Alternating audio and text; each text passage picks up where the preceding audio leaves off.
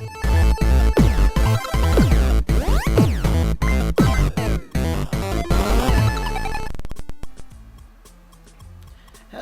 and welcome back to the Daily Grind. I have my coffee with me, and thank you, Scutterman, for letting me know that window was open and there was feedback on the Warcraft trailer.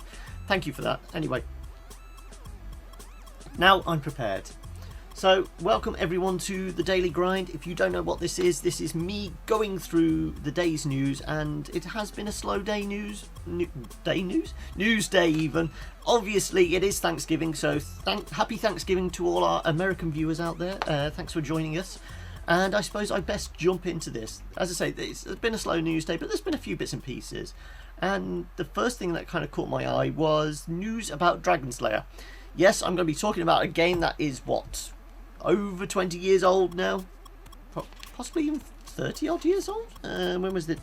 Originally released in 1983, so yeah, it's a bit of an older game.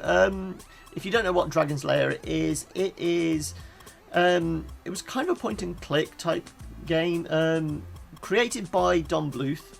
That name might ring a bell if you were a kid in the 80s and 90s and watched stuff like An American Tale, Secret of Nim, The Land Before Time.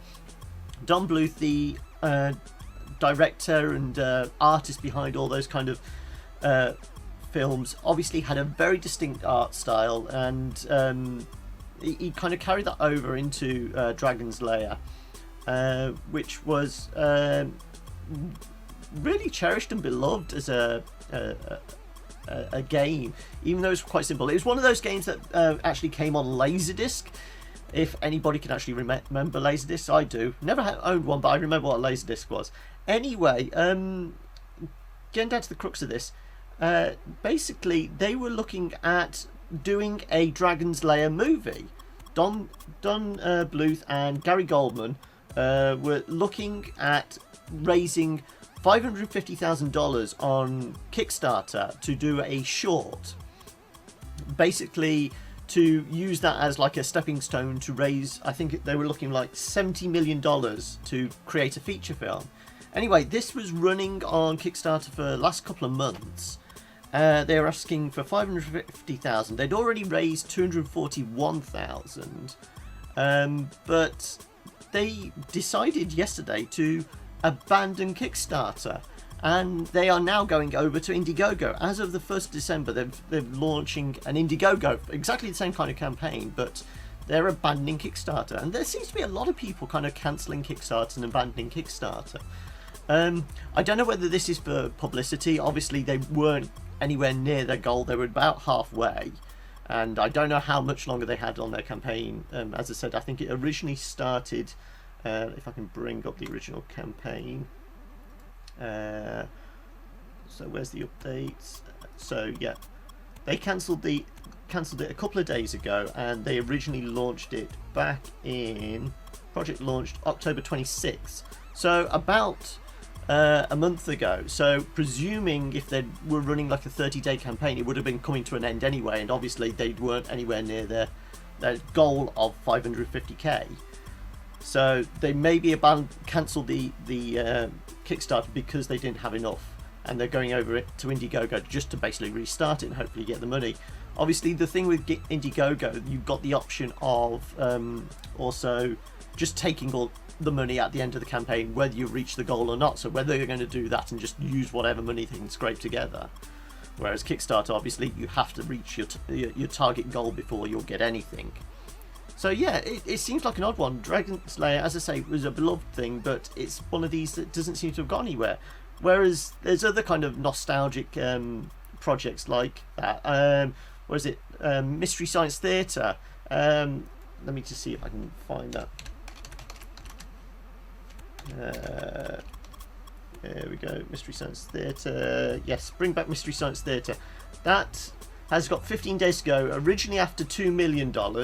Currently standing at 2,859,346, and with 15 days to go. So yet again, the nostalgia thing is certainly paying dividends for some people, but obviously not others.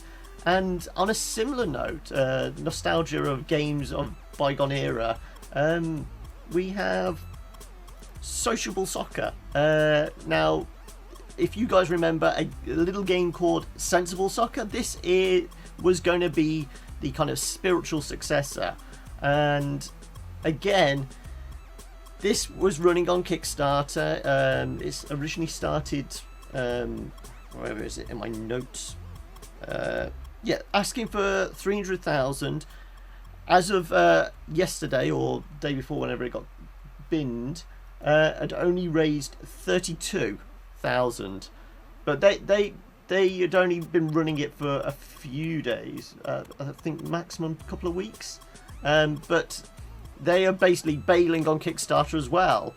But unlike Don Bluth and Dragon's Lair and that, they're not going over to another Kickstarter or another crowdfunding. They are basically abandoning because they're saying, well, they don't need it. They're saying they're going to continue development without crowdfunding. So does this mean they basically did the whole Kickstarter thing just to raise profile and get a publisher on board, a developer in that? But yeah, so it seems to be a lot of people are abandoning Kickstarter. There seems to be a lot of these big high profile projects. I mean, another one, Yaki did a video on it a couple of weeks ago. Was it Indivisible, from the same developers as Skullgirls? Almost did it then. Skullgirls. They had a project up which was for, I'm trying to remember. Yeah, Indivisible was like a squad-based beat 'em up brawler type thing. Lots of critical acclaim from the prototype, because they had a prototype both PC and PSN. And yes, that seems to be a project that's struggling. They were asking for 1.5 million, obviously a larger target than some of these projects. But even with a 20-day extension on it, they don't look like they're going to be anywhere close to their goal. Apparently, the most valuable time in any crowdfunding campaign is the first week. Yes, it is always that kind of first week and last couple of days. That is when the publicity is at its highest. But yes, it seems to be that I'm not saying the Kickstarter bubble is burst, but from what I can tell, just anecdotal evidence, it looks like a lot of people are kind of giving up on the Kickstarter model.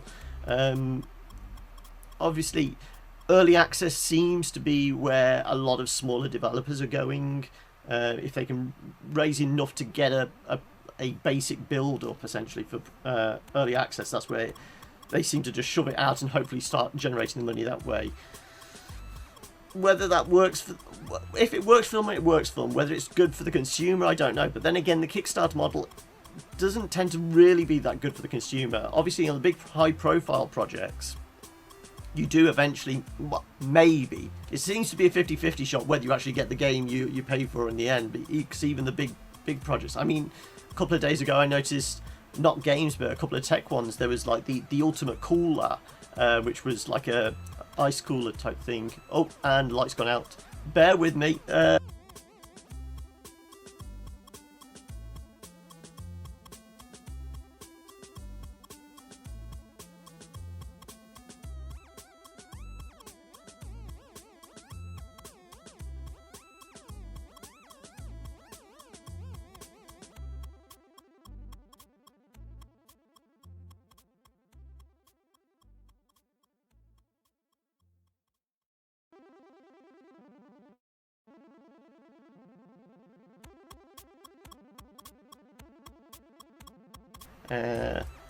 And we're back, and I have light. Yes, I should really have checked that battery.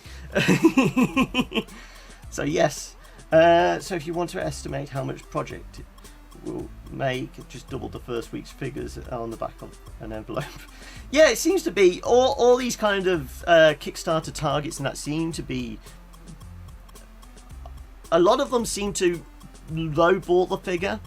And then obviously they pile it in on the stretch goals and that, but they're the ones that seem to work, the ones that do the lowballed figure even when it's huge projects. And I can't remember what the project was that they purposely said they lowballed the figure because they knew they'd never get the actual budget they needed to create the game, so they were looking just for enough to start the project and get publishers interested. I think there's Gama Sutra article that every game only gets one launch. If it's green light, you won't see much of it. A spike putting it into early access. The same thing with early access and release. Yeah, I mean, the way we approach covering games on the channel is obviously if we do our first impressions, we may go back to it, but it tends to be once we've done that, we've got to move on because there's always more games, and there are projects like obviously this year we had stuff like Kerbal Space Program came out of early access, and the Prison Architect came out of early access, but they'd been in early access for so long, most people thought they'd already been released. So essentially they couldn't have that big, here we are releasing the game, because it'd been in the public consciousness for so long, people already thought it had been released. So yes, you do only get one launch essentially. So whenever that big launch is, whether it's your Greenlight, whether it's your Kickstarter, whether it's early access, that is your launch, regardless of whether it's the finished product. And obviously talking about finished products, I will get into that later in the show. But where are we next? Let me find out what the next story was going to be. Oh yes, again, I think this was actually a Kickstarter project originally, but this War of Mine, obviously it was a slightly different type survival game. You couldn't really fight, you were trapped in a war zone, but you were just trying to survive. I thought it was very cool. I did actually put it as kind of one of my indie games of the year, but it is actually doing something that a fair few games are doing now, and it's actually making the transition from digital to tabletop, and it's actually releasing a board game. 11-Bit Studios are looking to release this War of Mine board game, which they are pimping out as a instant play, one of these games where you don't have to spend hours reading a manual on how to actually play the game. So it's a bit like I noticed a couple of weeks ago that what was it, Banner Saga are launching kind of a tabletop game that very much lends itself to tabletop, obviously Banner Saga, because it was that isometric thing, you had that tile based and turn based type thing. So this War of Mine, I have no idea how it's going to work, whether it's because obviously in the game you have the map where you have your home base and then you have to go out and scavenge, whether there'll be something along those lines, whether the aspect that it's going to be a multiplayer. I think, where was the details? Nothing on there. No, the main website doesn't have anything, but I think they're saying it's up to 8 players, 6 or 8 players. I presume each of you will be a survivor and you will have to go out and scavenge or maintain the defences and things like that. Total Biscuit will generally only cover a game on release because that helps with the developers most. True, but some games, as I said, stay in early access for forever, and you know, if they're raking in money like stuff like Prison Architect and things like that, there is just that one launch. So yeah, I thought there was an unusual one. There seems to be a lot more of these games going over and creating board games. I think this XCOM game, which again, turn-based, tile-based, so you can actually see that translating. But I'm not sure how this War of Mine will do it, but I'm intrigued to see how. Okay, moving on. What's my next story? Yes. Good old Phil Fish is back. Yes, this I spotted last night. Apparently, Polytron, I think it's Polytron, isn't it? Polytron are releasing a deluxe edition of Fez. This is, what, 3 years after the original release? And yes, they are releasing, let me show you the picture. Yes, a fancy special edition, deluxe edition, which is going to cost you $100. And for that, you get a DRM copy of the game, a hardback book, and the soundtrack by Disaster Piece. And that is it. It seems like it is just a cash grab for essentially Christmas. Oh, and Jag is hosting us. Thank you, Fran. Yeah, so it seems like it might be a cash grab for Christmas. Obviously, Phil Fish famously blew up when the whole I'm not releasing Fez 2, go fuck yourselves type thing. So obviously the royalty checks from Indie Game, the movie, and Fez itself has probably dried up, so he's having to try and raise, well, what this will work out as like 50 grand. If it's 500 copies and $100 each, yeah, he needs a bit of money. So what he's doing is essentially selling this fancy hardback version of the game, which doesn't actually have a lot in it. It does actually remind me of, there's a company that does like special edition versions of games. It's a bit like Indie Box, which does almost that kind of retro art style box. You get the game DRM on a pen drive and that. There's another company that does special editions. It was going to do a Papers, Please one where you actually got rubber stamps and things like that in it. There was going to be, I think there was a Hotline Miami one which had lots of kind of files and things like that. I'll dig that out, and I think it's called something like Indie Royale or something like that. It did kind of very high price, high quality special editions of indie games. So yes, that is Phil Fish, obviously after money. So yeah, if you have $100, so that's what, 60-70 quid, and somebody really loves Fez, you can get them one of these special edition Fez box sets. As I say, I'm struggling for news today. It's Thanksgiving, so yeah, it's a slow news day. Anyway, next story. Yeah, talking about Thanksgiving. Yes, Lara Croft Go is getting a free update today, a Thanksgiving update. And you might think, oh, well, it's just a skin pack or something like that. Like a lot of games do kind of holiday seasonal type updates. But no, apparently this is a whole new level. It's basically got 26 new puzzles. If you don't know what Lara Croft Go is, it's Square's venture into bringing their IPs to mobile. As it says here, from the creators of Hitman Go. Hitman Go was quite...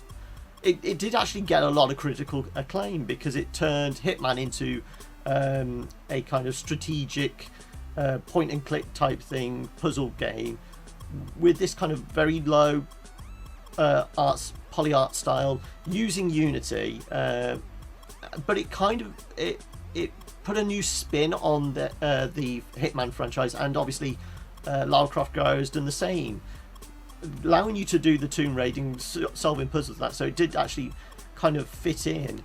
But this new update called the Shard of Life, basically available as of now, I think it is, as part of Thanksgiving. So if you have Lara Croft Go, which I think if you want to pick it up is only, where is it? I did have it somewhere, $2.99. So yeah, they've actually reduced the price for the holiday as well. So if you fancy picking this up, you'll get the free update, and the game is currently only $3. So there you go. If you're looking for a present for somebody who's a Tomb Raider fan or likes their puzzle games, there you go. Maybe that's one worth picking up. Ayobalo, I want this game. It apparently, by all accord, it is quite cool. Yeah. Make up the news. That's what Fox does. Yeah, I can do that if you want me to. Okay. What else? I'll carry on with what stories I've got, and then I can start making up news. John, why tempt me? Oh, well, that's what I'm here for. I just tempt everyone. Yeah, okay. I don't know if there's any changes on this, but last time I looked, apparently the Rainbow Six Siege open beta, obviously it's had closed beta for about a month or so now, but it was supposed to be going into open beta last night, yesterday, but that's got cancelled. Apparently this is because of a bug on the servers which was affecting matchmaking, so people were getting disconnected, or it was taking a long time to connect. No, Fran, it's not on Steam. It's a iOS game. I don't know if it's on Android as well, but no, it's a mobile game. That's not Siege. Sorry, I was talking about Lara Croft. Yeah, so the open beta is cancelled or postponed. This is a little weird because the game actually comes out next Tuesday. I think it's Tuesday the 1st. Yeah, 1st of December it comes out. So, yeah, this doesn't really kind of fill me with much hope that they're going to get this fixed before then. Obviously, it's slightly better that the problem has occurred now and not on release day. So, hopefully they're going to use this next few days to actually get it fixed. But if it is a big bug and it's stopping people actually connecting on what is a multiplayer game that requires that access on servers and that, this is quite bad actually. So yeah, they've had a fair amount of time with the closed beta to iron out these bugs, but apparently as soon as it went into open beta, this bug appeared and nobody could log in. So yeah, that's fairly disappointing for people that did actually want to give it a go as almost a demo. That's the whole thing. Open betas now have basically become demos just to sell the game. I am downloading on Android right now, so yeah, so it is on Android. So yeah, if you were hoping to play Siege this weekend, you might get lucky. They might have fixed it by tomorrow or something like that. But as of when I read the story, it is the open beta is postponed. No details more than that.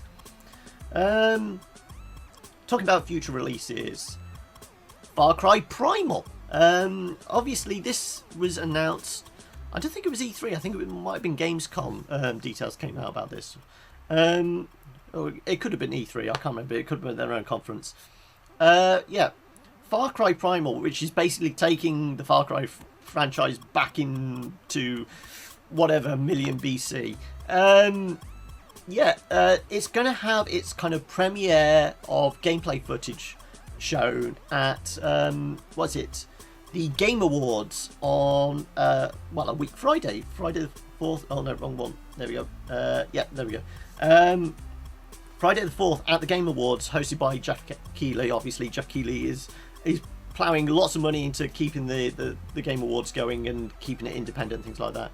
This is going to be one of 9 premieres, and it's going to be. There's no details how much footage we're going to see, but it seems to be the Game Awards does get these kind of big names. Obviously, was it last? No, it wasn't last year. It was the year before. They used the Game Awards as kind of the big launch, big announcement for No Man's Sky, and that's what wowed everybody in the audience.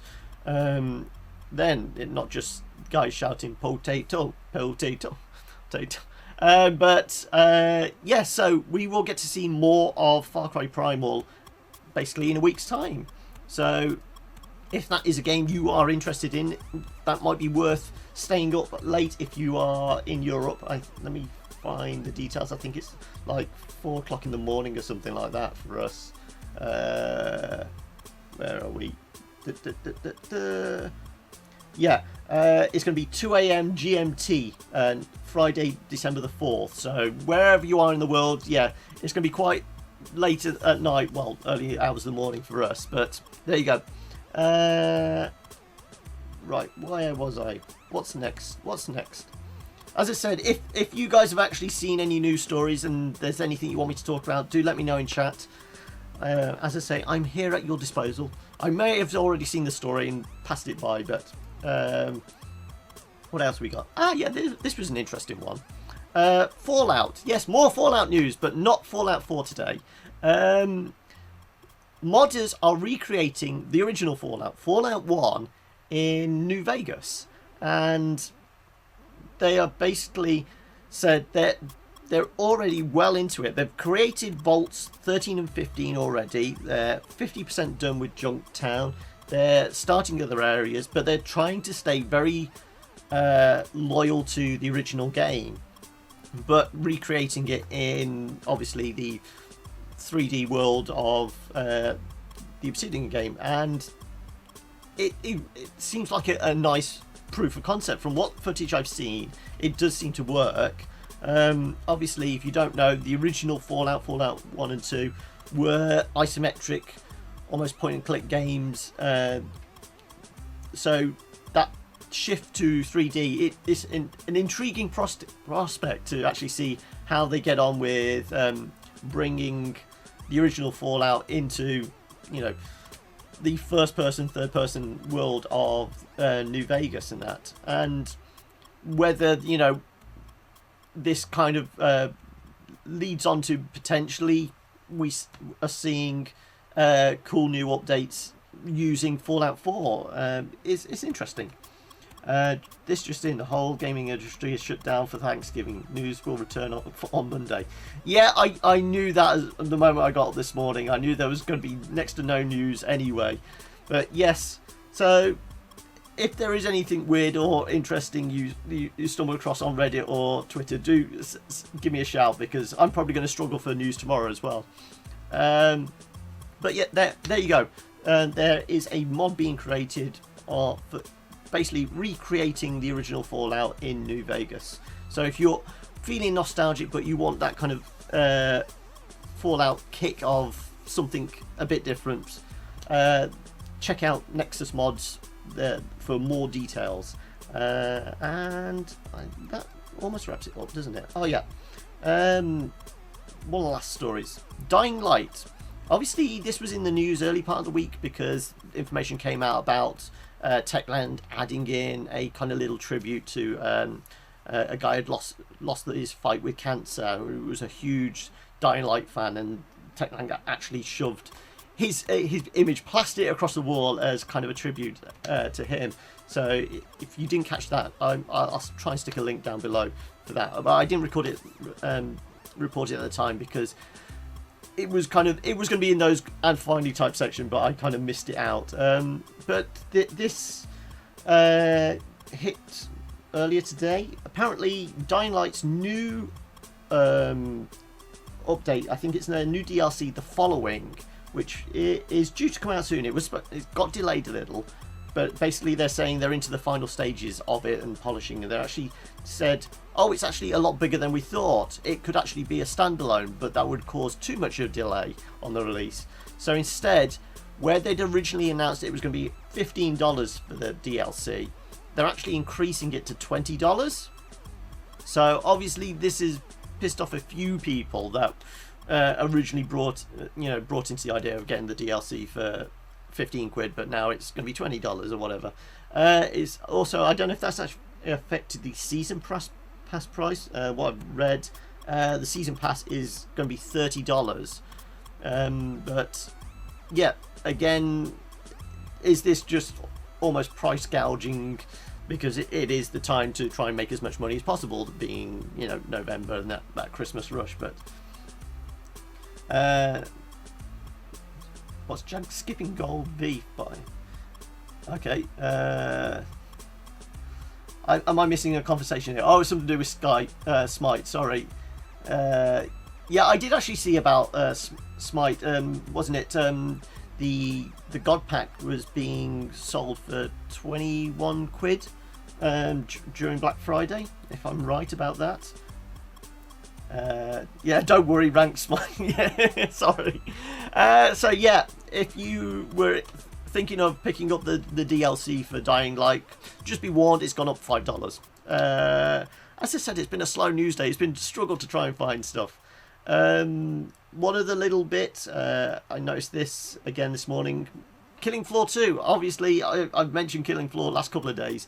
This is not anything to do with microtransactions. Apparently, they've introduced or announced their new boss character for it. The Patriarch has been announced. I don't think there's a date on when he'll actually be added to the game, but this may be to kind of pull back some of those fans they lost by the mention that they were going to introduce microtransactions. And obviously, a lot of people were kind of getting a bit perturbed by that and jumping ship by saying, oh, hang on a second, why not finish the game first? So this is then probably saying, look, we are still working fully on development of the game and that. So look, here's a new character.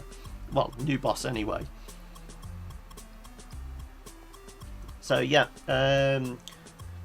last couple of minutes. Let me have a look. Was there any specifics about it? Character. So yeah, the Return of the Patriarch content pack, which includes the new boss Patriarch, 2 new maps, 1 new perk, 6 new weapons, 1 new playable character. So it does seem like it's a big actual content pack.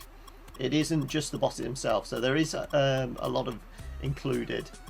So yes, I've got a feeling this tripwire going, look, we are still developing the game. We're not just cashing in on microtransactions.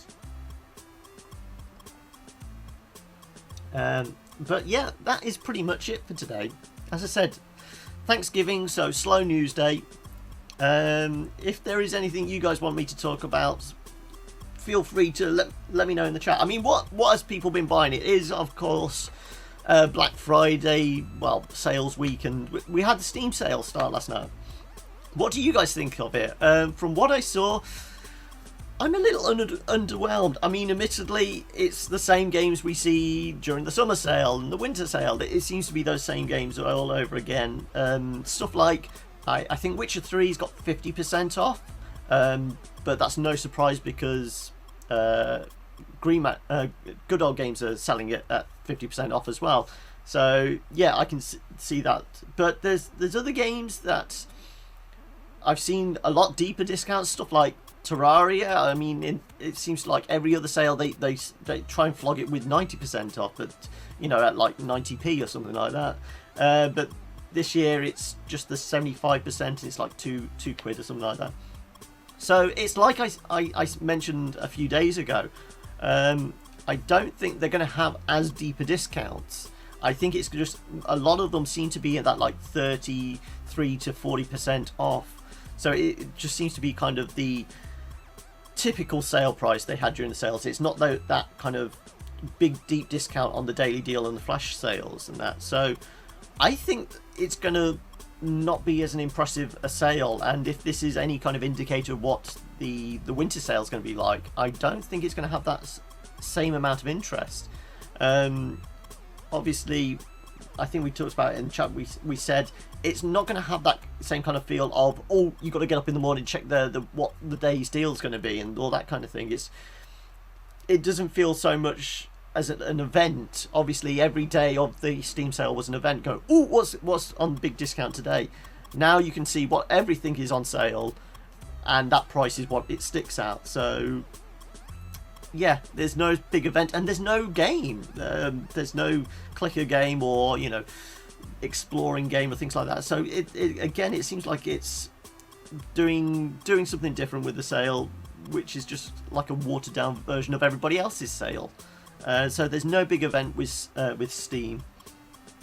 Oh, Life is Strange 2 on 5 on sale. Yoink. I noticed the Life is Strange one. It obviously made a big point of, I think it was like £2, and then you look and that's just for the one episode. It seems to be a lot of stuff that's buried. There doesn't seem to be anything on the front page that's really impressed me. Obviously their approach this year is they're going to try and curate that front page and just show offers, whereas the daily deal and the flash sales seem to be a bit more mixed bag, especially with the flash sales. That tended to be the very small games or very old games, which they tended to be a bit more fun. There you go, oh, I don't remember playing that, or I've been told that's worth picking up, and that seemed to benefit those kind of smaller games, older games, renewing interest. This, I can't see them actually sticking those older titles or really small obscure titles on the front page, because they're just going to want more bang for the buck, so they're going to stick the bigger titles on there. But yeah, honestly, my opinion, I'm not that impressed with what I've seen on Steam sale so far, but then again, I'm not going to click through all 8,000 sale items to see if there are any bargains, so I may miss out, I don't know, but there's nothing there that's kind of grabbing my attention. What about you guys? Have you picked up any bargains yet? Have you resisted the urge? We've had almost 20 hours, 22 hours worth of the sale going on now, so yeah, have you resisted the urge? Have you thrown your wallet at the screen? I don't know. Let us know in the comments below. As always, if you want to get in touch with us, Comments are a great place to get in touch. Also, you can get in touch with us on Facebook at facebook.com/thekillerbits, or on Twitter at thekillerbits. There, that I'm always on Twitter, so you'll be able to get in touch with me at any time. If you're joining us here on Twitch and you don't know who we are, your best bet is to come across to the YouTube channel. That is where we put out most of our content. Last night, Yaki was playing a very, very cute, weird, very self-aware dating sim in which you try to date dinosaurs. Yeah, it's taking the piss out of all those games like Hatterful Boyfriend and all those kind of Japanese dating sims. It was very weird. I think it's currently in alpha. It's very, very funny. It is very funny, well written, and very, very self-aware. So do check out the video for that. Also, Fran had another episode of Minecraft Story Mode go out last night. We're 3 episodes into that, another episode this evening, so if you want to check that out, do come across the channel. I'm going to be working on another video this evening for, again, another weird game I stumbled across. This was just a little strange game that caught my eye on Itch.io, which is a little bit Papers, Please in its aesthetic, but a bit more of like a storybook game. That's all. I'll leave it. You check out the channel. Hopefully that should be up for about 7 o'clock this evening. Other than that, if you want to help out the channel, obviously you can come across to the YouTube channel and hit subscribe. That does help us out, as does liking the videos when you like the videos. But if you want to kind of go above and beyond and actually support the channel, support what we do, and obviously help pay for little bits and pieces like new games and the general running costs and bits and pieces like that, Patreon is probably your best bet. That is where you can actually donate a little bit of money, and whether it's just $1 a month, whatever. Anyway, so yes, Fran, who cares?